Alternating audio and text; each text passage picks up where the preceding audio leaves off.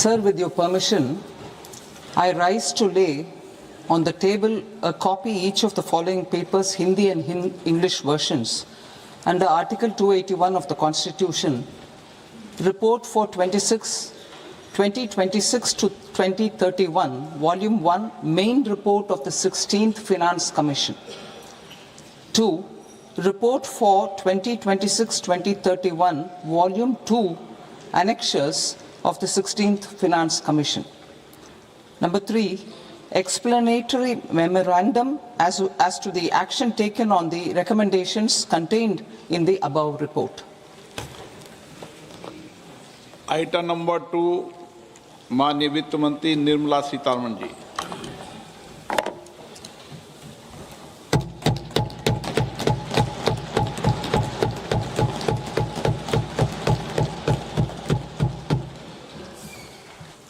Honorable Speaker, sir, on the sacred occasion of Magh Purnima and the birth anniversary of Guru Ravidas, I present the budget for the year 2026-2027. Since we assumed office 12 years ago, India's economic trajectory has been marked by stability, fiscal discipline, sustained growth, and moderate inflation.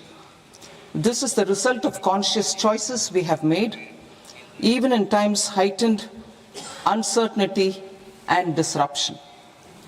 Our government, led by Honorable Prime Minister Modi, has decisively and consistently chosen action over ambivalence, reform over rhetoric, and people over populism.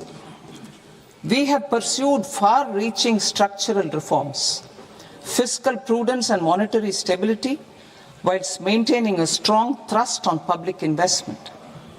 Keeping Atmanirbharta as a lodestar, we have built domestic manufacturing capacity, energy security, and reduced critical import dependencies.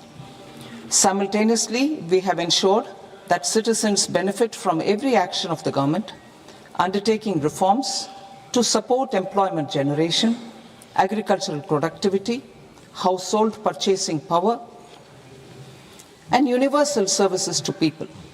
These measures have delivered a high growth rate of around 7% and helped us make substantial strides in poverty reduction and improvement in the lives of our people. Today, we face an external environment in which trade and multilateralism are imperiled and access to resources and supply chains are disrupted.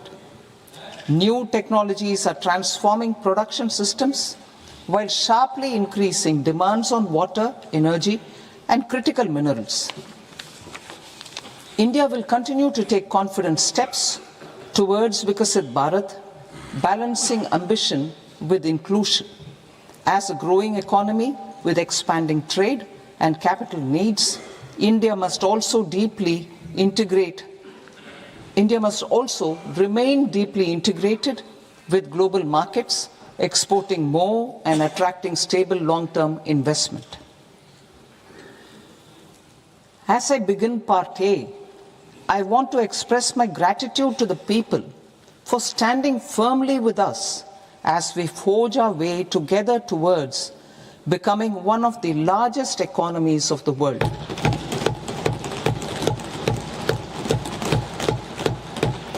Our aim is to transform aspiration into achievement and potential into performance as we ensure that the dividends of growth reach every farmer, the scheduled caste, the scheduled tribes, the nomads, the youth, the poor, and the women. In Vikasit Bharat Young Leaders Dialogue 2026, several innovative ideas were shared with our Prime Minister, which have inspired many of the proposals, making this a unique Yuva Shakti-driven budget. Our government's sankalp is to focus on our poor, underprivileged, and the disadvantaged. To deliver on this sankalp, And given that this is the first budget prepared in Kartavya Bhavan, we are inspired by 3 Kartavya. Our first Kartavya is to accelerate and sustain economic growth by enhancing productivity and competitiveness and building resilience to volatile global dynamics. Our second Kartavya is to fulfill aspirations of our people and build their capacity, making them strong partners in India's path to prosperity. Our third Kartavya, aligned with our vision of Sabka Saath, Sabka Vikas, is to ensure that every family, community, region, and sector has access to resources, amenities, and opportunities for meaningful participation. This threefold approach requires a supportive ecosystem.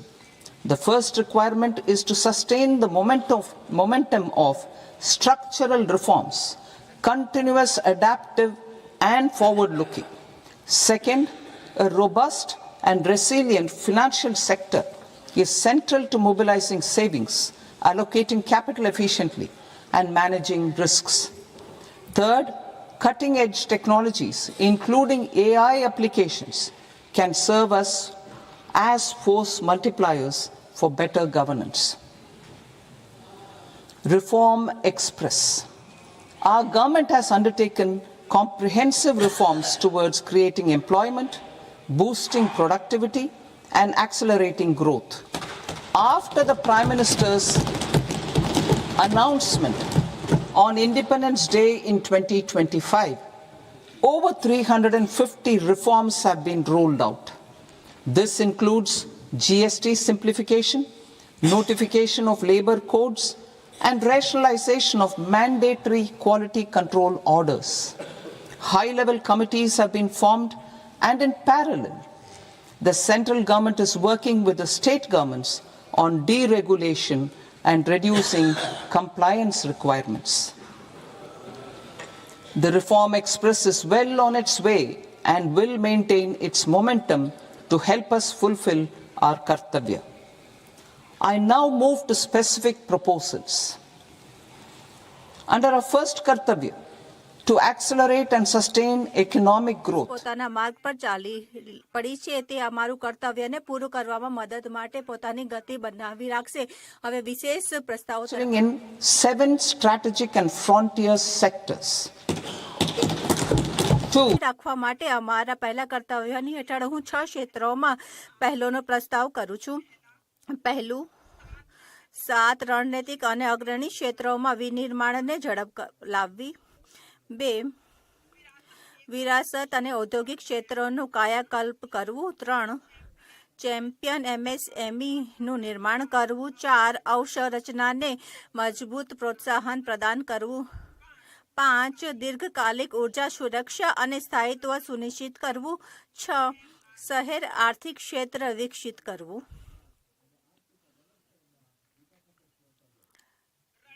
રણનૈતિક અને અગ્રણી ક્ષેત્રોમાં ઝડપ લાવવી. Biopharma શક્તિ એટલે કે જ્ઞાન પ્રતિયોગિકી અને નવાચારના માધ્યમથી સ્વાસ્થ્ય સેવા માટે રણનીતિ.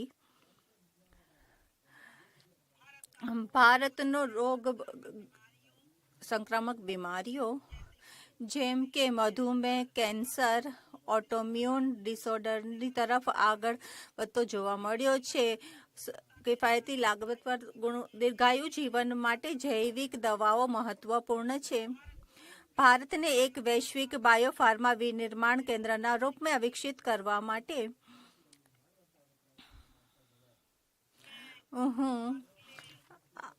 ગત 5 વર્ષોમાં 10,000 કરોડના પરિવ્યયની સાથે બાયોફાર્માનો પ્રસ્તાવ કરું છું. તેનાથી જૈવિક અને જૈવ સમૃદ્ધિના ઘરેલું ઉત્પાદન માટે પરિવેશનું નિર્માણ થશે.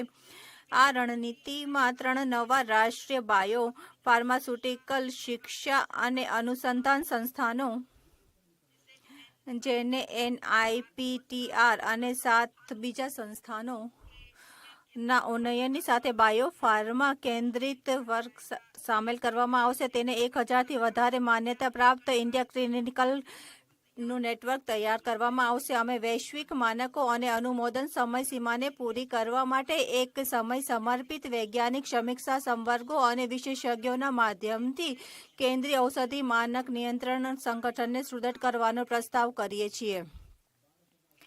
ઇન્ડિયા સેમિકન્ડક્ટર મિશન 1.0 એ ભારતની સેમિકન્ડક્ટર ક્ષમતાઓનો વિસ્તાર કર્યો છે. તેનાથી આગળ વધીને અમે ઉપકરણો અને સામગ્રીઓના ઉત્પાદન, પૂર્ણ ભારતીય આઈપી ડિઝાઇન અને આપૂર્તિ શૃંખલાઓને મજબૂત કરવા માટે ISM 2.0નો શુભારંભ કરીશું. અમે ઉદ્યોગોને વિકસિત કરવા અને કુશળ જનશક્તિ તૈયાર કરવા માટે ઉદ્યોગ આધારિત નું કાર્ય પણ કરીશું. એપ્રિલ 2025માં 22,919 કરોડના ખર્ચની સાથે ખર્ચ કરીને ઇલેક્ટ્રોનિક ઘટક નિર્માણ યોજનામાં પહેલા લક્ષ્યમાં 2 ગણું રોકાણ થયું છે. આ ઝડપનો લાભ ઉપાડવા માટે અમે પરિવ્યયને વધારીને 40,000 કરોડ કરવાનો પ્રસ્તાવ કરીએ છીએ.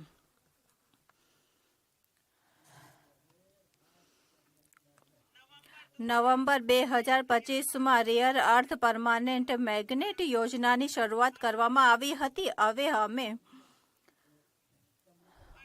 ખનન પ્રસંસ્કરણ અનુસંધાન વિનિર્માણને વધારો આપવા માટે સમર્પિત દુર્લભ ખનિજ કોરિડોર સ્થાપિત કરવા માટે ખનિજ સંસાધન રાજ્યો ઓડિશા, કેરળ, આંધ્રપ્રદેશ અને તમિલનાડુની સહાયતા કરવાનો પ્રસ્તાવ કરીએ છીએ. ઘરેલું રાસાયણિક ઉત્પાદનો વધારવા અને નિકાસ નિર્ભરતા ઓછી કરવા માટે અમે ક્લસ્ટર આધારિત પ્લગ અને પ્લે મોડલ આના આધાર પર એક પડકારના માધ્યમથી 3 સમર્પિત રાસાયણિક પાર્કોની સ્થાપનામાં રાજ્યોની મદદ માટે એક યોજનાનો શુભારંભ કરીશું.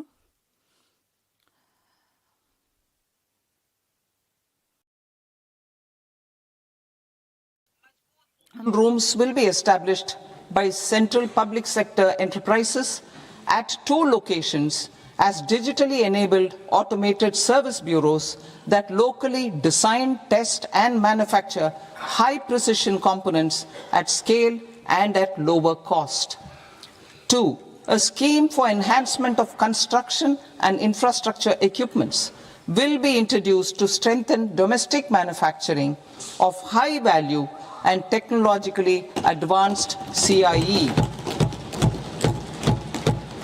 This can range from lifts in a multi-storied apartment or firefighting equipment in multiplexes, large or small, and to tunnel boring equipments for building metros and high-altitude roads.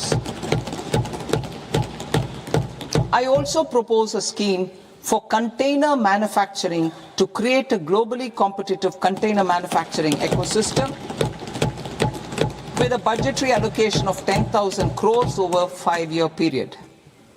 For the labor-intensive textile sector, I propose an integrated program with 5 subparts.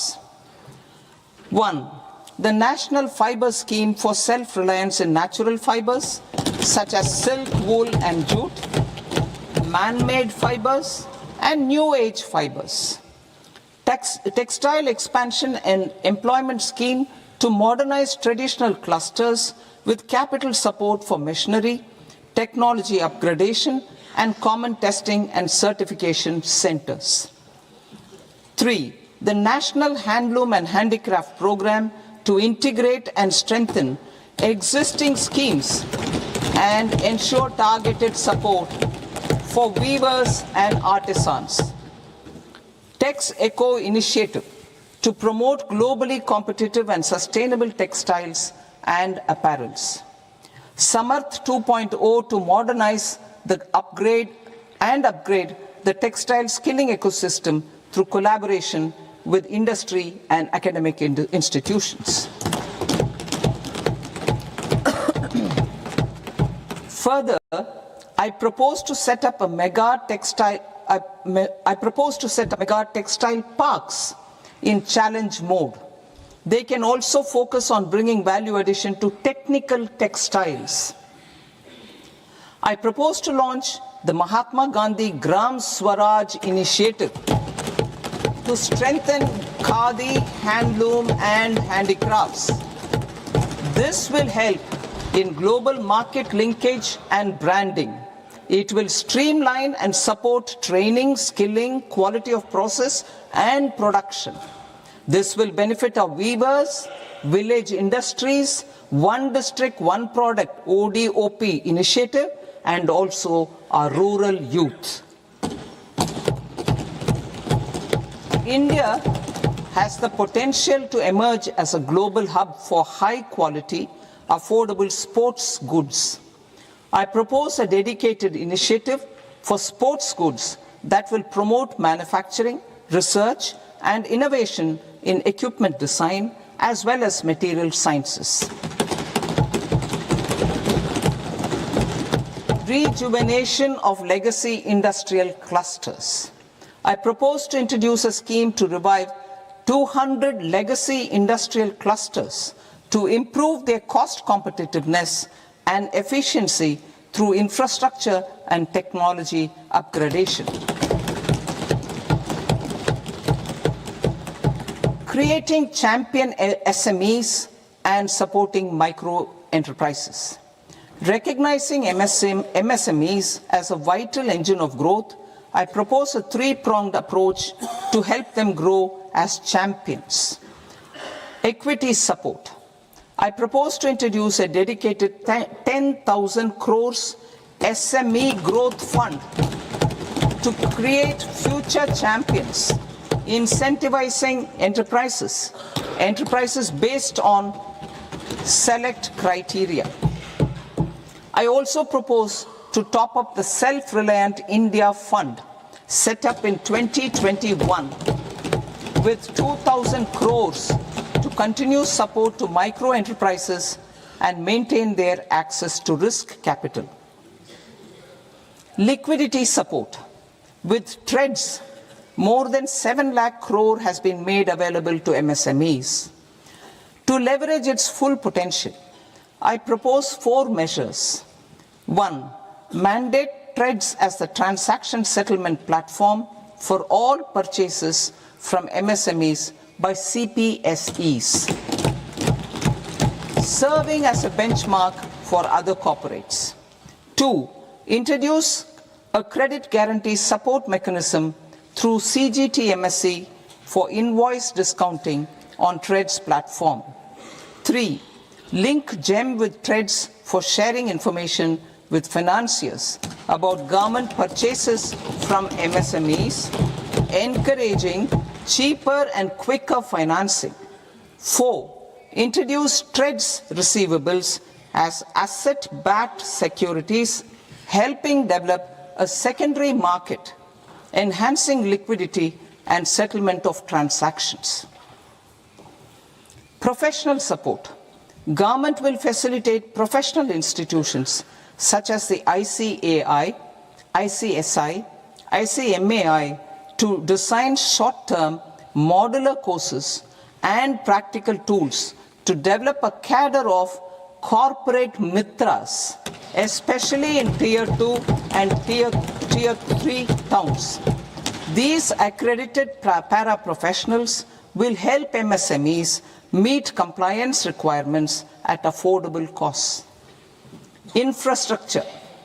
During this past decade, our government has undertaken several initiatives for large-scale enhancement of public infrastructure, including through new financing instruments such as Infrastructure Investment Trust (InvITs) and Real Estate Investment Trust (REITs), and institutions like NIIF and NABFID. We shall continue to focus on developing infrastructure in cities with over 5 lakh population, that is Tier 2, Tier 3 cities, which have expanded to become growth centers. Public capital expenditure has increased manifold from 2 lakh crore in 2014-15 to an allocation of 11.2 lakh crore in BE 25-26. In this coming year, that is financial year 2026-27, I propose to increase it to 12.2 lakh crores to continue the momentum.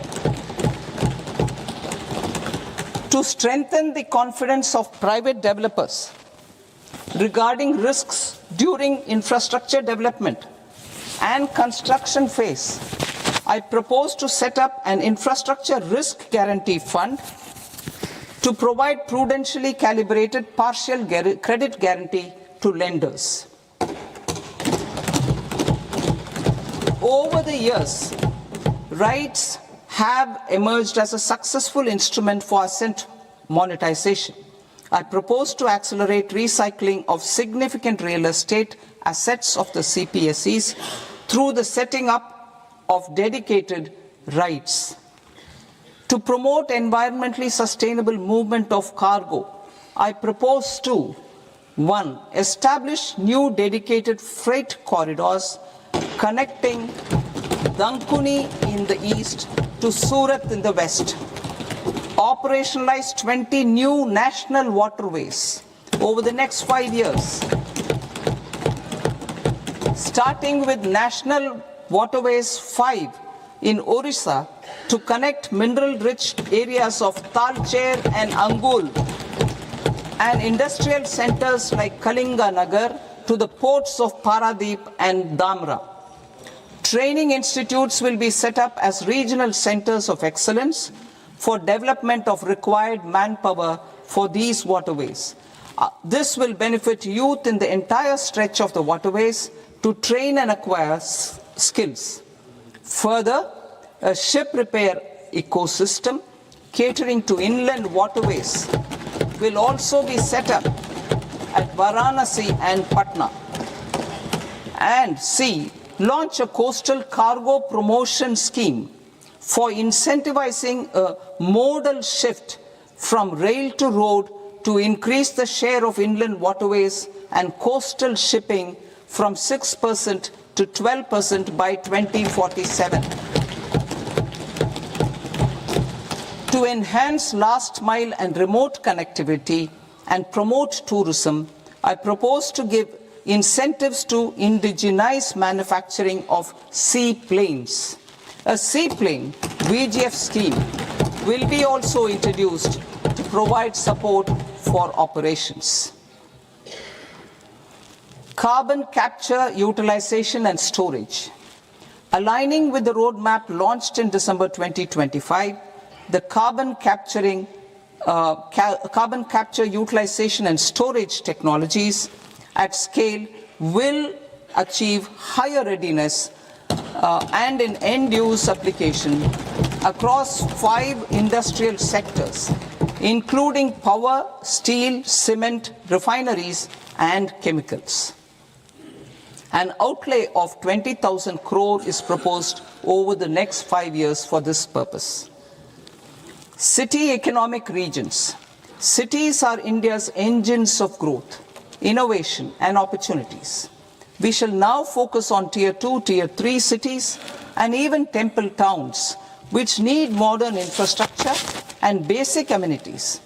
This budget aims to further amplify the potential of cities to deliver the economic power of agglomerations by mapping city economic regions based on their specific growth drivers. An allocation of 5,000 crore per CER over 5 years is proposed for implementing their plans through a challenge mode with a reform-cum-result-based financing mechanism. In order to promote environmentally sustainable passenger systems, we will develop 7 high-speed rail corridors between cities as growth connectors, namely Mumbai to Pune, Pune to Hyderabad, Hyderabad to Bengaluru, Hyderabad to Chennai, Chennai to Bengaluru, Delhi to Varanasi, Varanasi to Siliguri.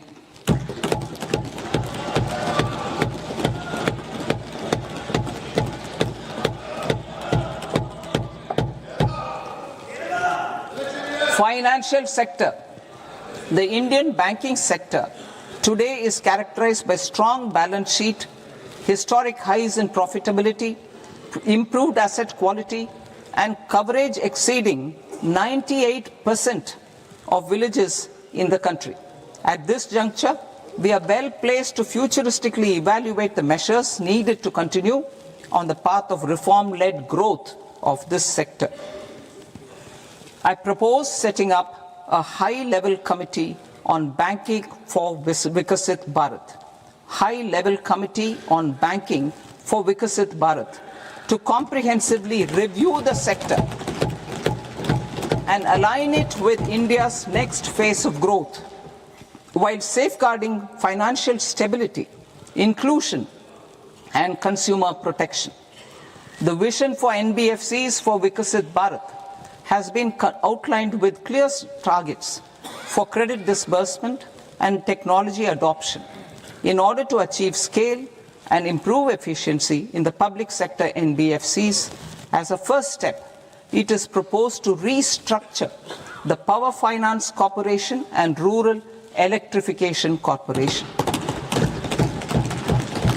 I propose a comprehensive review of the foreign exchange management non-debt instruments rules to create a more contemporary, user-friendly framework for foreign investments consistent with India's evolving economic priorities. Corporate bond market. I propose to introduce a market-making framework with suitable access to funds and derivatives on corporate bond indices. I also propose to introduce total return swaps on corporate bonds. Municipal bonds. To encourage the issuance of municipal bonds of higher value by larger cities, I propose an incentive of 100 crore rupees for a single bond issuance. 100 crore rupees for a single bond issuance of more than 1,000 crore. The current scheme under Amrit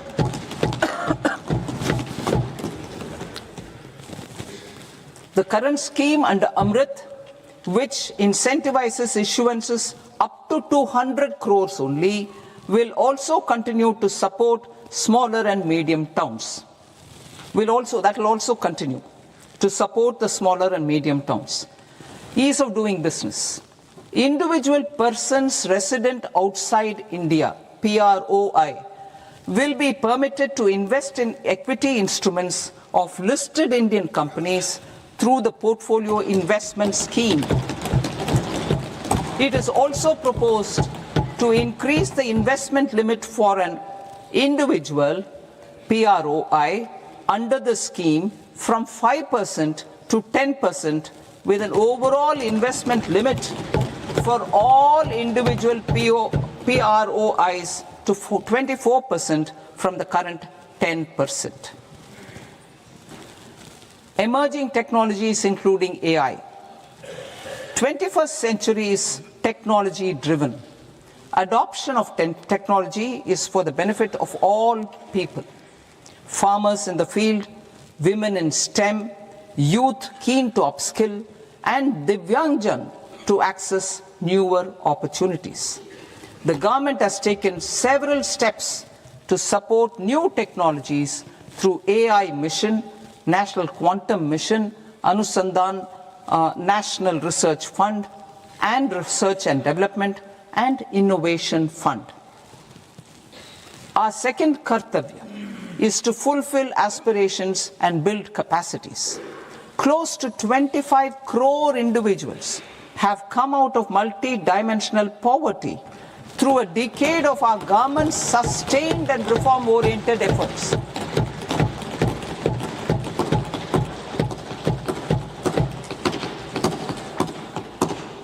Our government has therefore decided to place a renewed emphasis on the service sector to provide a pathway to fulfilling aspirations of a youthful India with the following measures. I propose to set up a high-powered education to employment and enterprises Standing Committee to recommend measures that focus on services sector as a core driver of Viksit Bharat. This will make us a global leader in services with a 10% global share by 2047. The committee will prioritize areas to optimize the potential for growth, employment, and exports. They will also assess the impact of emerging technologies, including AI, on jobs and skill requirements and propose measures thereof. To create a range of skilled career pathways, a new range of skilled career pathways for our youth, I propose interventions in the following sectors. Health. Existing institutions for allied health professionals will be upgraded and new AHP institutions established in private and government sectors. This will cover 10 selected disciplines, including optometry, radiology, anesthesia, OT technology, applied psychology and behavioral health, and add 1 lakh AHPs over the next 5 years. A strong care system covering geriatric and allied care services will be built. A variety of NSQF aligned programs will be developed to train multi-skilled caregivers, combining core care and allied skills such as wellness, yoga, and operation of medical assistive devices. In the coming year, 1.5 lakh caregivers will be trained.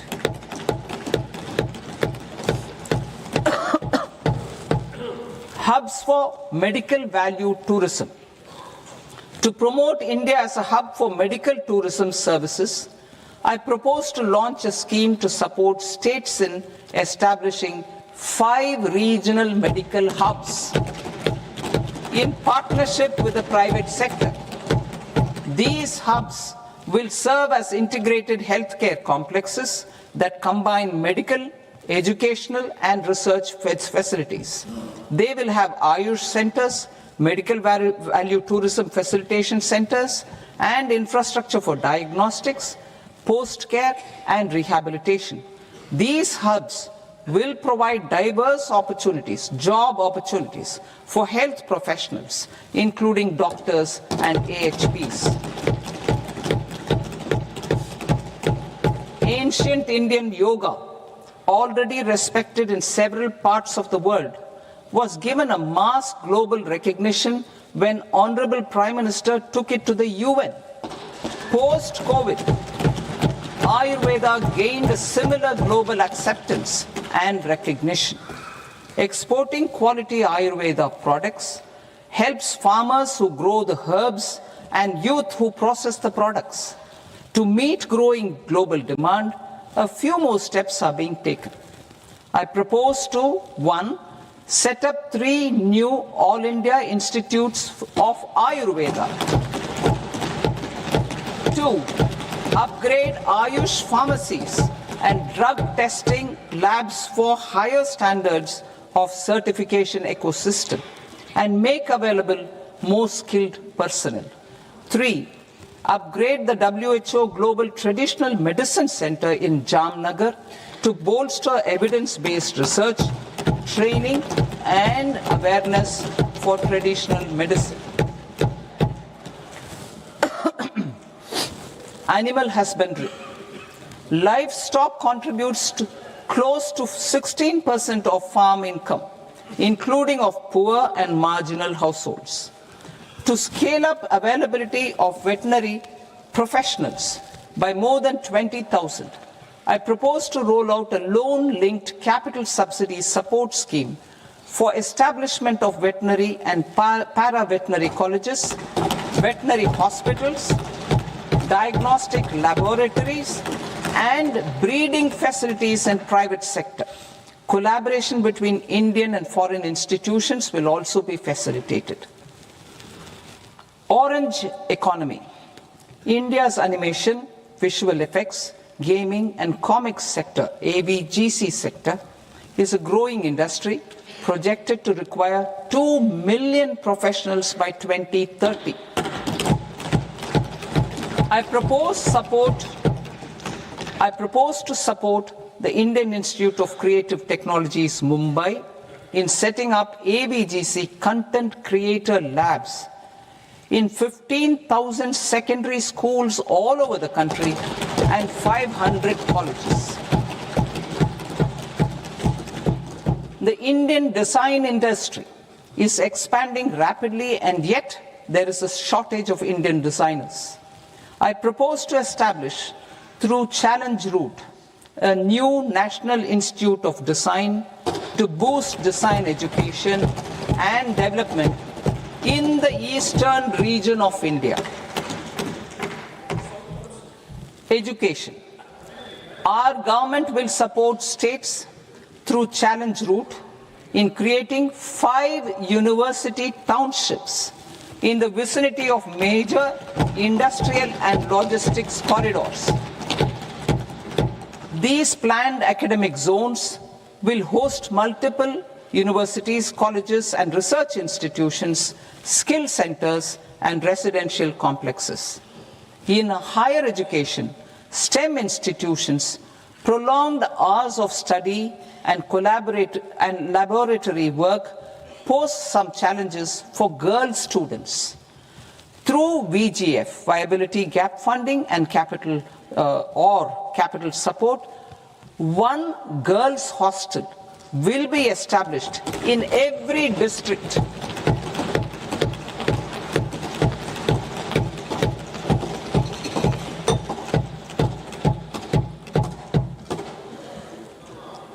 To promote astrophysics and astronomy via immersive experiences, 4 telescope infrastructure facilities will be set up or upgraded.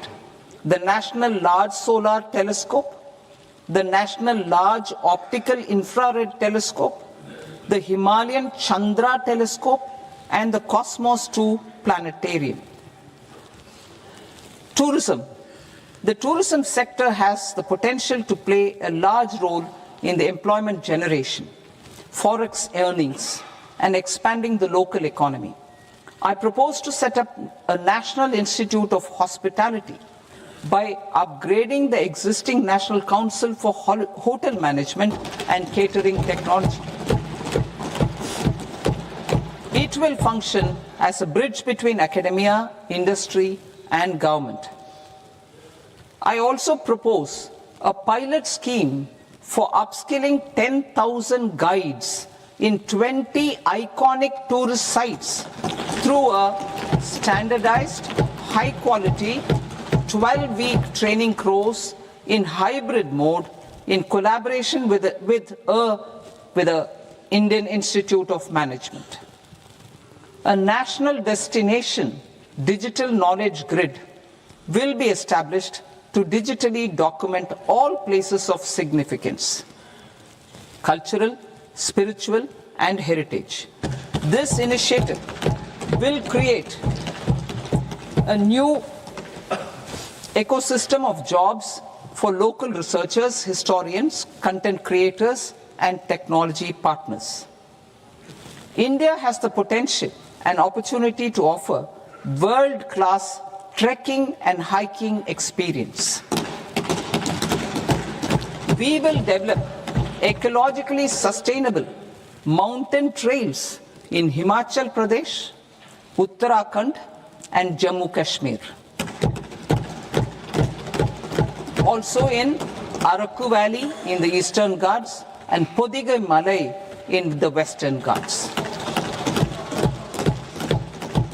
Turtle trails along key nesting sites in the coastal areas of Odisha, Karnataka, and Kerala. And 3 bird watching trails along the Pulikat Lake in Andhra Pradesh, Tamil Nadu. It's on the border. Under the visionary leadership of Honorable Prime Minister, we established the International Big Cat Alliance in 2024. This year, India is hosting the first ever global Big Cat Summit, where heads of governments and ministers from 95 range countries will deliberate on collective strategies for conservation. Heritage and culture tourism. I propose to develop 15 archaeological sites, including Lothal, Dolavira, Rakhi Gadi, Adichanallur, Sarnath, Hastinapur, and Leh Palace into vibrant experiential cultural destinations. Excavated landscapes will be open to the public through curated walkways. Immersive storytelling skills and technologies will be introduced to help conservation labs, interpretation centers, and guides. The sports sector provides multiple means of employment, skilling, and job opportunities. Taking forward the systematic nurturing of sports talent, which is set in motion through the Khelo India program earlier, I propose to launch a Khelo India mission to transform the sports sector over the next decade. The mission will facilitate an integrated talent development pathway supported by training centers, which are foundational, intermediate, and elite levels. B, systematic development of coaches and support staff. C, integration of sports science and technology. D, competitions and leagues to promote sports culture and provide platforms. And E, development of sports infrastructure for training and competition.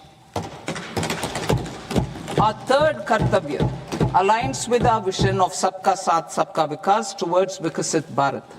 This requires targeted efforts for 1, increasing farmer incomes through productivity enhancement and entrepreneurship, with special attention to small and marginal farmers. B, empowering Divyang Jan through access to livelihood opportunities, training, and high-quality assistive devices. C, empowering the vulnerable to access mental health and trauma care. D, focus on the Purvodaya states and the Northeast region to accelerate development and employment opportunities. Fisheries. We will undertake initiatives for integrated development of 500 reservoirs and Amrit Sarovars. 2, strengthen the fisheries value chain in coastal areas and enable market linkages involving startups and women-led groups together with fish farmer producer organizations. Animal husbandry. To provide quality employment opportunities in rural and peri-urban areas, we will support the animal husbandry sector in entrepreneurship development through A, credit-linked subsidy program, B, scaling up and modernization of livestock enterprises, C, enhanced creation of livestock, dairy, and poultry, enhanced creation of livestock, dairy, and poultry-focused integrated value chains, and D, encourage creation of livestock farmer-producer organizations. High-value agriculture.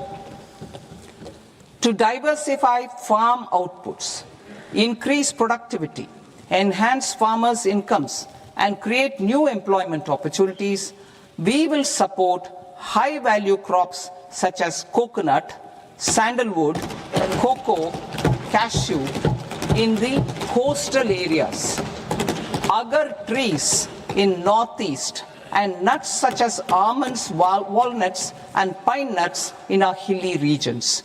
These, all of them, will be supported. India is the world's largest producer of coconuts. About 30 million people, including nearly 10 million farmers, depend on coconuts for their livelihood. To further enhance competitiveness in coconut production, I propose a coconut promotion scheme to increase production and enhance productivity through various interventions, including replacing and non-productive trees, with new saplings or plants or varieties in major coconut growing states. A dedicated program is proposed for Indian cashew and cocoa to make India self-reliant in raw cashew and coconut production and processing, enhance export competitiveness, and transform Indian cashew and Indian cocoa into premium global brands by 2030. Sandalwood. Sandalwood is closely linked to India's social and cultural heritage. Our government will partner with state governments to promote focused cultivation and post-harvest processing to restore the glory of the Indian sandalwood ecosystem, to rejuvenate old, low-yielding orchards, and expand high-density cultivation of walnuts, almonds, and pine nuts. We will support a dedicated program to enhance farmer incomes and in bringing value addition by engaging youth. Bharat Vistar, that is virtually integrated system to access agricultural resources. I propose to launch Bharat Vistar, a multilingual AI tool that shall integrate the AgriStack portals and the ICAR package on agricultural practices with AI systems. This will enhance farm productivity, enable better decisions for farmers, and reduce risk by providing customized advisory support. She Marts for rural women-led enterprises. Building on the success of Lakpati Didi program, I propose to help women take the next step from credit-linked livelihoods to being owners of enterprises. Self-help entrepreneur, She Marts will be set up as community-owned retail outlets within the cluster-level federations through enhanced and innovative financing instruments. Empowering Divyangjan. Divyangjan Kaushal Yojana. Information technology, AVGC sectors, hospitality and food and beverages sectors often offer task-oriented and process-driven roles which are suitable for Divyangjan. We will ensure dignified livelihood opportunities through industry-relevant and customized training specific to each Divyangjan group. Divyang Sahara Yojana. Timely access to high-quality assistive devices for all eligible Divyangjan is a fundamental need. I propose to 1. Support the Artificial Limbs Manufacturing Corporation of India, Alimco, to set up and to scale up production of assistive devices, invest in R&D and AI integration, strengthen PM Divyasha Kendras, and support setting up of assistive technology marts as modern retail style centers where Divyangjan and senior citizens can see, try and purchase assistive products. Reaffirming our commitment to mental health and trauma care. There are no national institutes for mental health care in North India.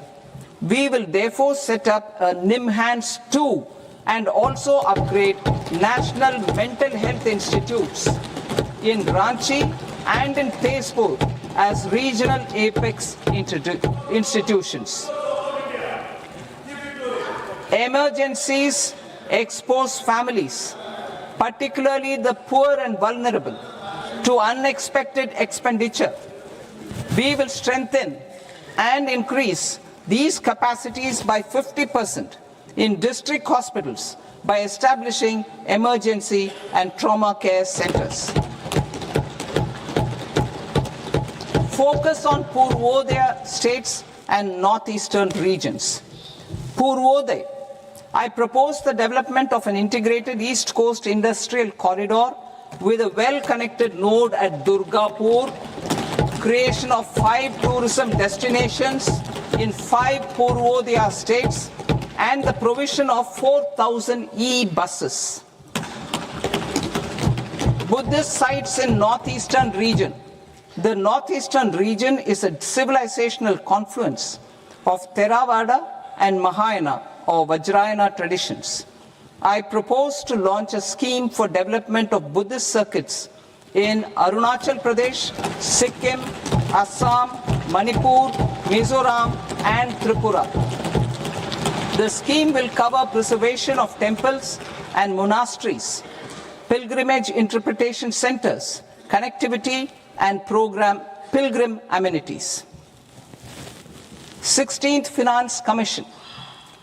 On 17th November 2025, the 16th Finance Commission submitted its report to the President.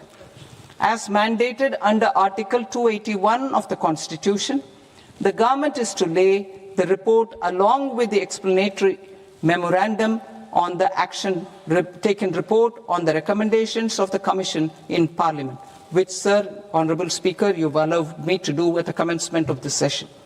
The government has accepted the recommendation of the Commission to retain the vertical share of devolution at 41%.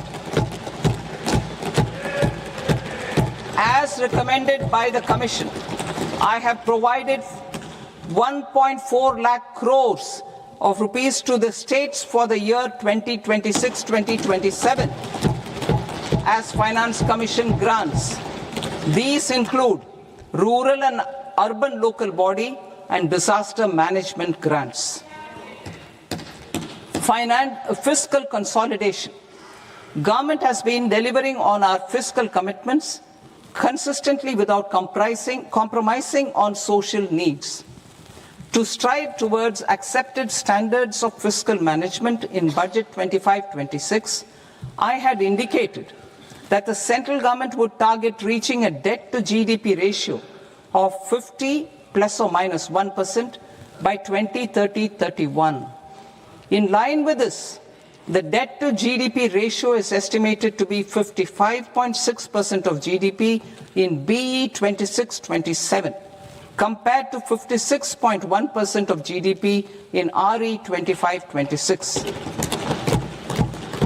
A declining debt to GDP ratio will gradually free up resources for priority sector lending and expenditure by reducing the outgo on interest payments. One of the main operational instruments for debt targeting is the fiscal deficit. I am happy to inform this august House that I fulfilled my commitment made in 2021-2022 to reduce fiscal deficit below 4.5% of GDP by 25-26. In RE 25-26, the fiscal deficit has been estimated at par with BE of 2025-26 at 4.4% of GDP. In line with the new fiscal prudence path of debt consolidation, the fiscal deficit in BE 26-27 is estimated to be 4.3% of the GDP.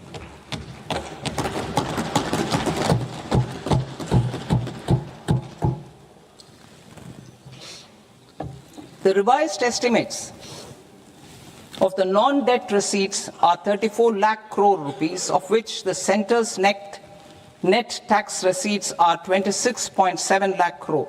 The revised estimate of the total expenditure is 49.6 lakh crore rupees, of which the capital expenditure is about 11 lakh crores. Budget estimates 2026 to 2027. Coming to 26-27, the non-debt receipts and the total expenditure are estimated as 36.5 lakh crore and 53.5 lakh crore respectively. The centre's net tax receipts are estimated at 28.7 lakh crore rupees. To finance the fiscal deficit, the net market borrowings from dated securities are estimated at 11.7 lakh crore rupees. The balance financing is expected to come from small savings and other sources. The gross market borrowings are estimated at 17.2 lakh crore rupees. I'll now move to Part B.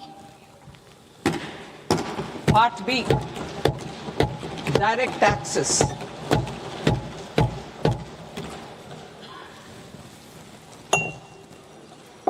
Honorable Speaker, sir, I now present my proposals on direct taxes. New Income Tax Act. In July 2024, I announced a comprehensive review of the Income Tax Act 1961. This was completed in a record time, and the Income Tax Act 2025 will come into effect from 1st April 2026. The simplified income tax rules and forms will be notified shortly, giving adequate time to taxpayers to acquaint themselves with its requirements. The forms have been redesigned such that ordinary citizens can comply without difficulty. Ease of living.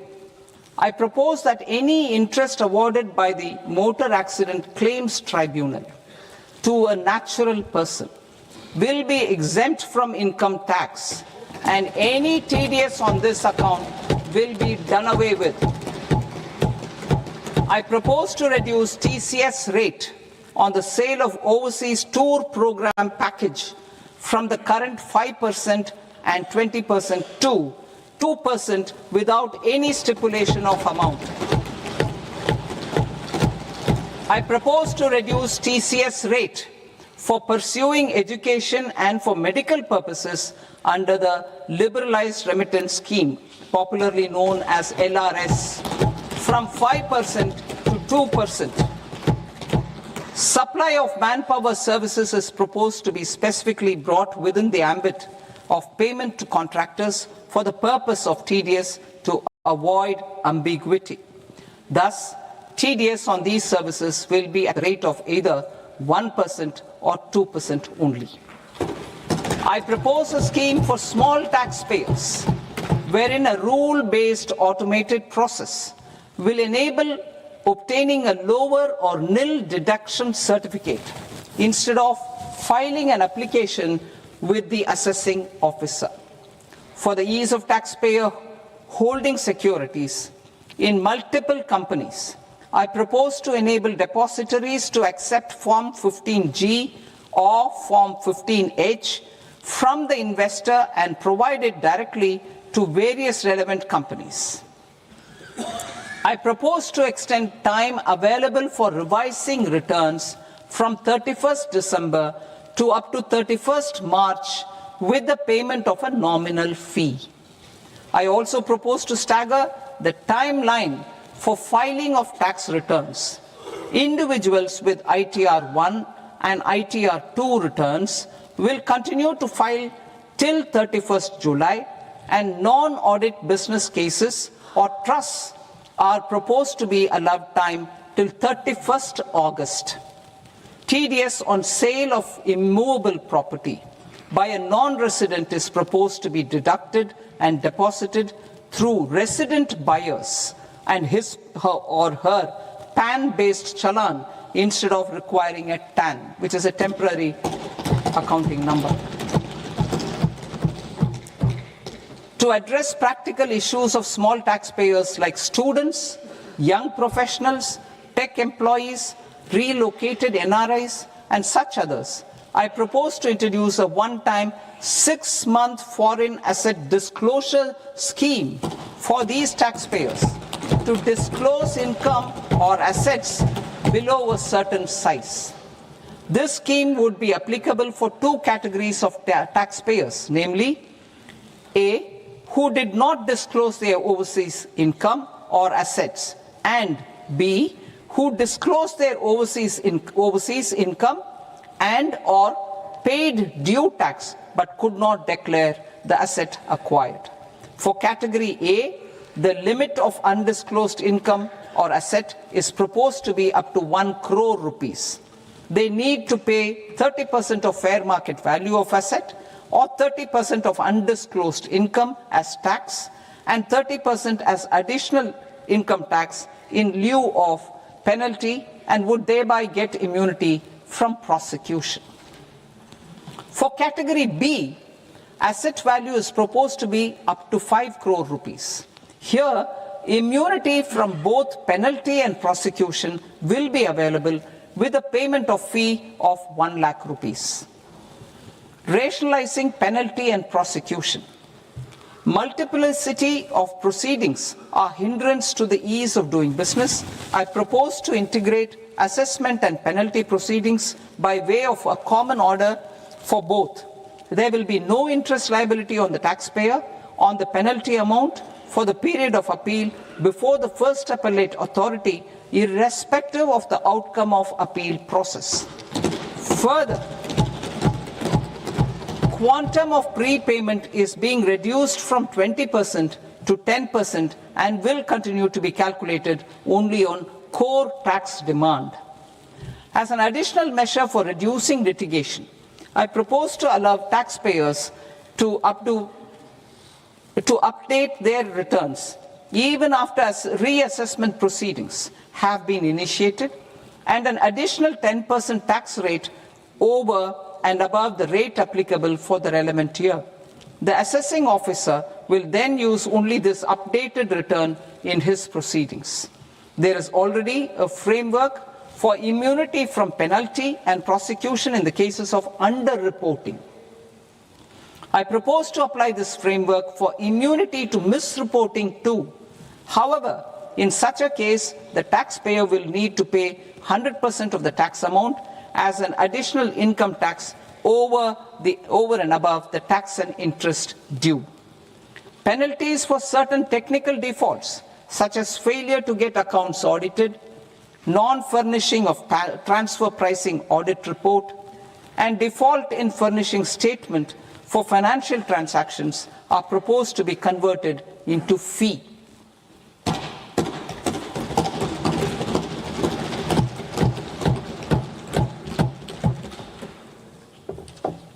I propose to rationalize prosecution framework under Income Tax Act while maintaining a careful balance for deterrence in some serious offence.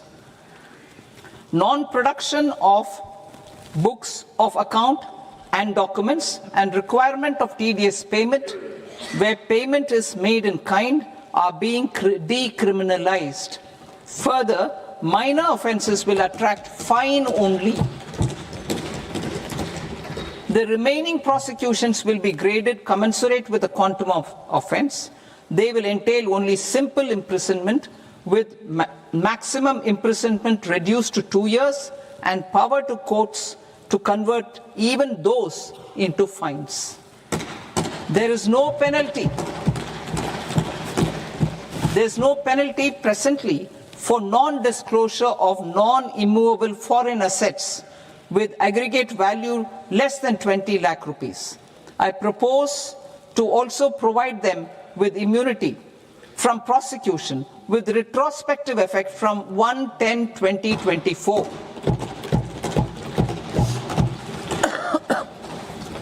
Cooperatives. Deduction is already allowed to a primary cooperative society engaged in supplying milk, oilseeds, fruits or vegetables raised or grown by its members. I propose to extend this deduction to also include supply of cattle feed and cotton seed produced by its members.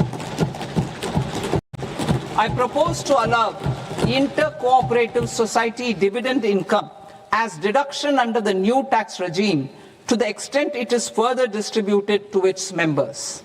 I further propose to allow exemption for a period of 3 years to dividend income received by a notified national cooperative federation on their investments made in companies up to 31/1/2026. This exemption would be allowed only for dividends further distributed to its member cooperatives. Supporting IT sector as India's growth engine. India is a global leader in software development services, IT-enabled services, knowledge process outsourcing services, and contract R&D services relating to software development. These businesses and their segments are quite interconnected with each other. All these services are proposed to be clubbed under a single category of information technology services with a common safe harbor margin of 15.5% applicable to all. The threshold for availing safe harbor for IT services is being enhanced substantially from 300 crore rupees to 2,000 crore rupees. Safe harbor for IT services shall be approved by an automated rule-driven process without any need for tax officer to examine and accept the application. Once applied by an IT services company, the same safe harbor can be continued for a period of 5 years at a stretch at its choice. For IT services companies who want to conclude advanced pricing agreement, APA, I propose to fast-track unilateral APA process for IT services and endeavor to conclude it within a period of 2 years. The period of 2 years can be extended by a further period of 6 months on taxpayers' request. I propose to extend the facility of modified returns available to the entity entering APA to its associated entities also. Attracting global business and investment. Recognizing the need to enable critical infrastructure and boost investment in data centers, I propose to provide tax holiday till 2047 to any foreign company that provides cloud services to customers globally by using data center services from India. It will, however, need to provide services to Indian customers through an Indian reseller entity. I also propose to provide a safe harbor of 15% on cost in case the company providing data center services from India is a related entity. To harness the efficiency of just-in-time logistics for electronic manufacturing, I propose to provide safe harbor to non-residents for component warehousing in a bonded warehouse at a profit margin of 2% of the invoice value. The resultant tax of about 0.7% will be much lower than in competing jurisdictions. To provide fillip to toll manufacturing in India, I propose to provide exemption from income tax for 5 years to any non-resident who provides capital goods, equipment, or tooling to any toll manufacturer in a bonded zone. To encourage vast pool of global talent to work in India for a longer period of time, I propose to provide exemption to global, non-India sourced income of a non-resident expert for a stay period of 5 years under notified schemes. I propose to provide exemption from minimum alternate tax, the MAT, to all non-residents who pay tax on presumptive basis. Tax administration. I propose to constitute a joint committee of Ministry of Corporate Affairs and Central Board of Direct Taxes for incorporating the requirements of income computation and disclosure standards, the ICDS, in the Indian Accounting Standards, Ind AS itself. Separate accounting requirement based on ICDS will be done away with from the tax year 27-28. To support Prime Minister Modi's vision of homegrown accounting and advisory firms to become global leaders, I propose to rationalize the definition of accountant for the purposes of safe harbor rules. Other tax proposals. Change in taxation of buyback was brought in to address the improper use of buyback route by promoters. In the interest of minority shareholders, I propose to tax buyback for all types of shareholders as capital gains. However, to disincentivize. However, to disincentivize misuse of tax arbitrage, promoters will pay an additional buyback tax. This will make effective tax 22% for corporate promoters. For non-corporate promoters, the effective tax will be 30%. TCS rate for sellers of specific goods, namely alcoholic liquor, scrap, and minerals, will be rationalized to 2%, and that on tendu leaves will be reduced from 5% to 2%. I propose to raise the STT on futures to 0.05% from the present 0.02%. STT on options premium and exercise of options are both proposed to be raised to 0.15% from the present rate of 0.1% and 0.125% respectively. We reformed the taxation landscape for corporates in 2019 by providing them a simplified regime with lower tax rate so that they could productively focus on business rather than on claim of deductions and exemptions. To encourage companies to shift to the new regime, set-off of brought forward MAT credit, minimum alternate tax credit, is proposed to be allowed to companies only in the new regime. Set-off using available MAT credit is proposed to be allowed to an extent of 1/4 of the tax liability in the new regime. MAT is proposed to be made final tax, so there will be no further credit accumulation from 1st April 2026. In line with this change, the rate of final tax is being reduced to 14% from the current MAT rate of 15%. The brought forward MAT credit of taxpayers accumulated till 30th March 2026 will continue to be available to them for set-off as above. Indirect taxes. I shall now take up proposals related to indirect taxes. My proposals for customs and central excise aim to further simplify the tariff structure, support domestic manufacturing, promote export competitiveness, and correct inversion in duty. To continue weeding out long-continuing customs duty exemptions, I propose to remove certain exemptions on items which are being manufactured in India or where the imports are negligible.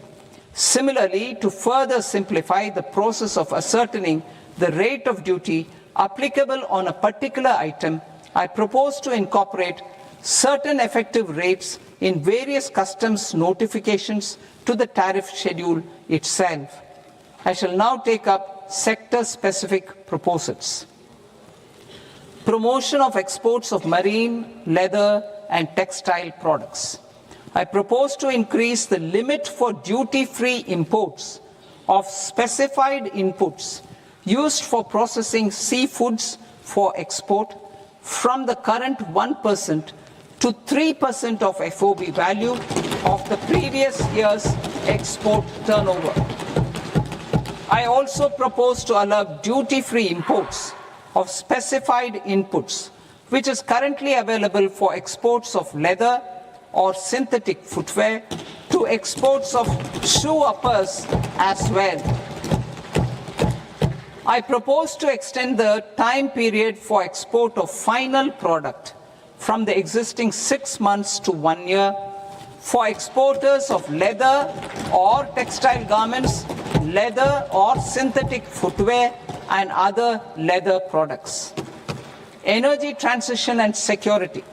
I propose to extend the basic customs duty exemption given to capital goods used for manufacturing lithium-ion cells for batteries to those used for manufacturing lithium-ion cells for battery energy storage systems also.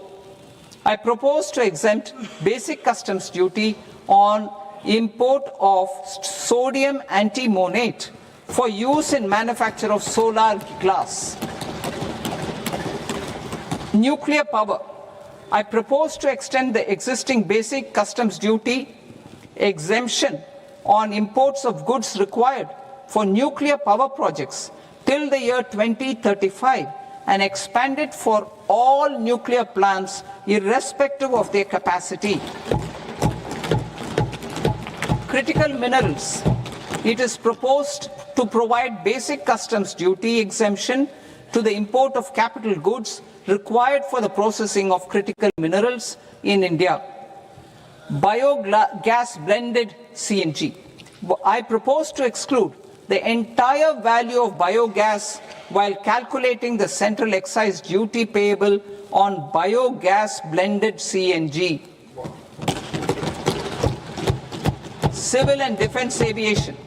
I propose to exempt basic customs duty on components and parts required for the manufacture of civilian training and other aircrafts. It is proposed to exempt basic customs duty on raw materials imported for the manufacture of parts of aircraft to be used in maintenance, repair, or overall requirements by units in the defense sector. Electronics. To deepen value addition in the consumer electronics sector, I propose to exempt basic customs duty on specified parts used in the manufacture of microwave ovens. Special economic zone. To address the concerns arising about utilization of capacity by manufacturing units in the special economic zones due to global trade disruptions, I propose as a special one-time measure to facilitate sales by eligible manufacturing units in SEZs to the domestic tariff area at concessional rates of duty. The quantity of such sales will be limited to a prescribed proportion of their exports. Necessary regulatory changes will be undertaken to operationalize the measures while ensuring level playing field for the units working in the DTA. Ease of living.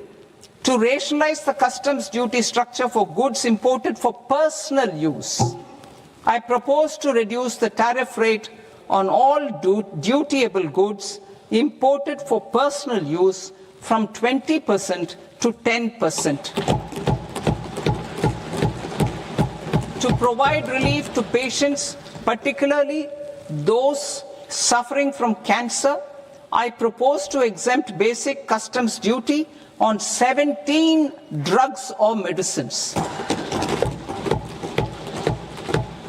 I propose also to add 7 more rare diseases for the purposes of exempting import duties on personal imports of drugs, medicines, and food for special medical purposes used in their treatment. Customs process. India's role and share in the global trade is poised for a major leap in line with our ambition and journey towards Vikasit Bharat. In this regard, I propose many measures for custom processes to have minimal intervention for smoother and faster movement of goods and greater certainty to the trade. Trust-based systems. I propose to enhance duty deferral period for Tier 2 and Tier 3 authorized economic operators, known as AEOs, from 15 days to 30 days. I propose to provide eligible manufacturer importers the same duty deferral facility. This should encourage them to get themselves accredited as a full-fledged Tier 3 AEO in due course.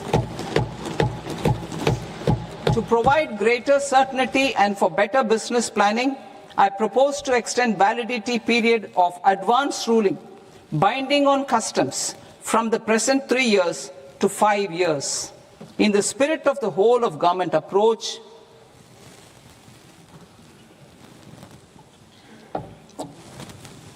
government agencies will be encouraged to leverage AEO accreditation for preferential treatment in clearing their cargo.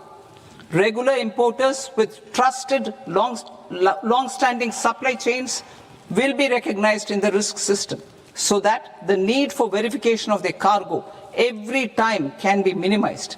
Export cargo using electronic sealing. Export cargo using electronic sealing will be provided through clearance from the factory premises to the ship. For import of goods not needing any compliance, filing of bill of entry by a trusted importer and arrival of goods will automatically notify customs for completing their clearance formalities. This will enable goods to be released immediately on arrival. The customs warehouse framework will be transformed into a warehouse operator-centric system with a self-declarations, electronic tracking, and risk-based audit. These reforms will move away from the current system of officer-dependent approvals and reduce transaction delays and compliance costs. Ease of doing business. Approvals required for cargo clearance from various government agencies will be seamlessly processed through a single and interconnected digital window by the end of the financial year. Processes involved in clearance of food, drugs, plant, and animal and wildlife products, accounting for about 70% of interdicted cargo, will be operationalized on this system by April 2026 itself. For goods not having any compliance requirement, clearance will be done by customs immediately after online registration is completed by the importer, subject to the payment of duty. Customs integrated system will be rolled out in 2 years as a single integrated and scalable platform for all customs processes. Utilization of non-intrusive scanning with advanced imaging and AI technology for risk assessment will be expanded in a phased manner with the objective to scan every container across all the major ports. New export opportunities to support Indian fishermen to fully harness the economic value of marine resources beyond our territorial waters. The following measures will be taken. A. Fish catch by an Indian fishing vessel in exclusive economic zone or on the high seas will be made free of duty. Landing of such fish on foreign port will be treated as export of goods. Safeguards will be put in place to prevent misuse during fish catch, transit, or transshipment. To support aspirations of India's small businesses, artisans, and startups to access global markets through e-commerce, I am pleased to announce complete removal of the current value cap of 10 lakh rupees per consignment on courier exports. In addition, handling of rejected and returned consignments will be improved with effective use of technology for identifying such consignments. I propose to revise provisions governing baggage clearance during international travel to address genuine concerns of passengers. The revised rules will enhance duty-free allowances in line with the present-day travel realities and provide clarity in temporary carriage of goods brought in or taken out. There are honest taxpayers who are willing to settle disputes by paying all their dues, but they get deterred due to negative connotation associated with penalty. They will now be able to close cases by paying an additional amount in lieu of penalty. Honorable Speaker, sir, with this, I commend the budget to this august House. Jai Hind.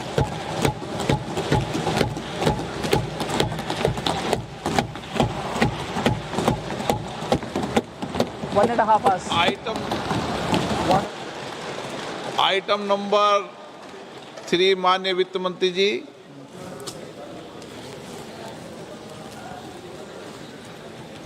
Item number 2, sir. 3। 3.